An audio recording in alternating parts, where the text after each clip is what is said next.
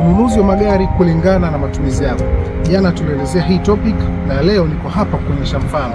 Kuna gari mbili, kuna Toyota Alphard ya mwaka 2011 pamoja kuna Vanguard ya mwaka 2012. Zote zina siti 7. Tuangalie ndani jinsi zilivyo, kisha tutaelezea tofauti zake na matumizi yake. Karibuni sana.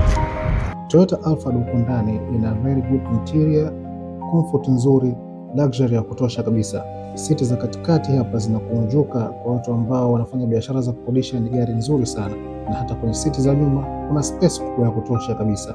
Tofauti yake na Toyota Vanguard kama hii hapa unavyoiona.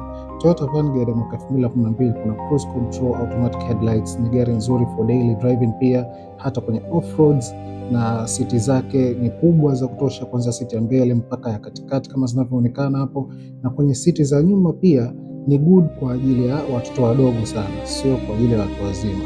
Sasa katika hizi gari mbili lazima mtu ujue matumizi gani ambayo unayo na gari, ili tuweze kukupatia gari nzuri zaidi kwa mahitaji yako. Toyota Alphard ya mwaka 2011 utaipata kwa milioni 30, na hii hapa Vanguard ya mwaka 2012 utaipata kwa milioni 45. Maongezi yako, karibuni sana ofisini mwa bosi zetu.